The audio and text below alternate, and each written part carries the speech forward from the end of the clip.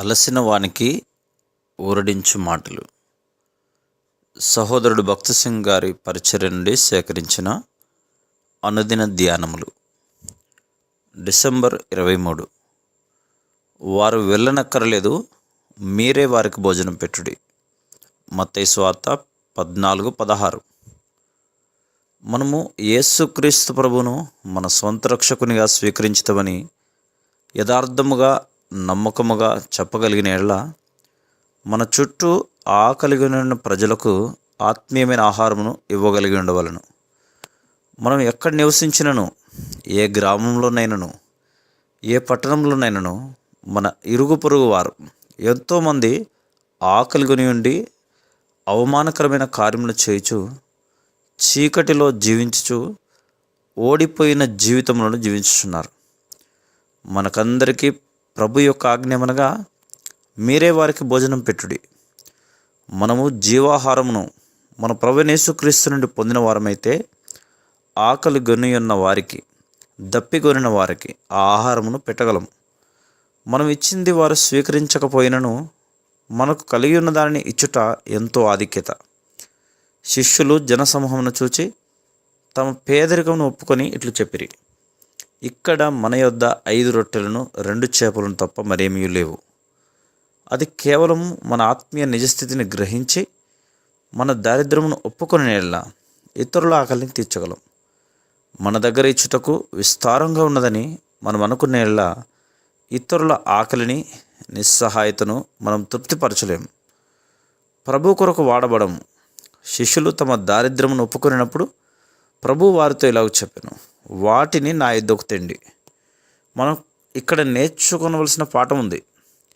మన దగ్గర కొంచెం ఉన్నప్పటికీ మనకు కలిగిన దానిని విశ్వాసముతో ప్రభువైన యేసుక్రీస్తు యొక్క పాదముల చెంతకు తీసుకొని రావాలను. ఆయనతో ఇట్లు చెప్పవలను, ప్రభువా, నేను బలహీనుడైనను వట్టివాడనైనను నాకున్న సమస్తమును నీ దగ్గరకు తీసుకుని వస్తుంది. ఏ విధంగా చెప్పవలనో ఎలాగునో చెప్పవలనో నాకు తెలియదు, కానీ ప్రభువా, నన్ను నీ కొరకు సంపూర్ణముగా వాడుకును. అదే రీతిగా నీ దగ్గర ఉన్న డబ్బును, సమయమును, బలమును ప్రభువునకు ఇచ్చుటకు సంకోచించకము. దానిని వాడుకున్న పద్ధతి దేవునికి తెలియను, కానీ మనకున్నవి మనము మన కొరకు వాడుకునదలిచినప్పుడు మనకు ఎంత వచ్చినప్పటికీ తృప్తి చెందము. మనము మన సొంత జ్ఞానము, తెలివి కొరకు వాడుకున్నట్టుకు ప్రయత్నిస్తున్నాము గనుక తప్పిపోదుము. మనకున్నవన్నీ ప్రభు దగ్గరకు తీసుకొని రావాలి. ఇక్కడ కొన్ని రొట్టెలు, కొన్ని చేపలు ఉన్నవి. అయితే ప్రభువు వాటిని ఆశీర్వదించి అనేక మందికి పంచి వాటిని రుచికరంగా చేశాను. అదే రీతిగా మన ప్రయాసలపై దేవుని ఆశీర్వాదములను కోరుకునేలా అది కార్యం చేయను.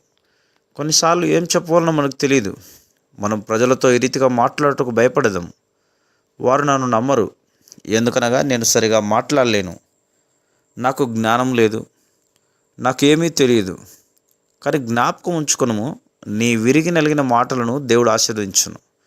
ఈ విరిగి నలిగిన మాటలు ఇతరులను ఎట్లా ఒప్పించును? కానీ విరిగి నలిగిన ప్రతి మాట వెనుక శక్తి కలదు. నాకు ఆ అనుభవం కలదు. ఈ విరిగిన మాటలు ఎలాగున ఫలాని వారిని ఒప్పించును. అయితే ప్రతి ఒక్క మాట కొందరికి ఆశీర్వాదకరంగా ఉండను. ప్రభువు రొట్టెలను దీవించినప్పుడు తప్పక ఆయన మనం మాట్లాడు మాటలను కూడా దీవించును. ఇది ప్రతి పరిస్థితిలోనూ సత్యమైనది. మన ఇరుగు పొరుగు వారు, మనతో పనిచేయువారు మన ద్వారా ఆశీర్వదించబడవలనని మనం అనుకునేలా మన ప్రభుతో ఇట్లు చెప్పుటకు భయపడని వారముగా ఉండవలను. ప్రభువా, నా నాలుకను ముట్టుము, మరియు నీ నామమున మాట్లాడు ప్రతి మాటను ఆశీర్వదించుము. దుఃఖములో, బాధలో ఉన్న వారిని దేవుని వర్తమానం అవసరం. ఆయనతో సహపనివాడుగా ఉండుటకు నీవు ఇష్టపడినేలా దేవుడు నిన్ను వాడుకొనును. Praise the lord.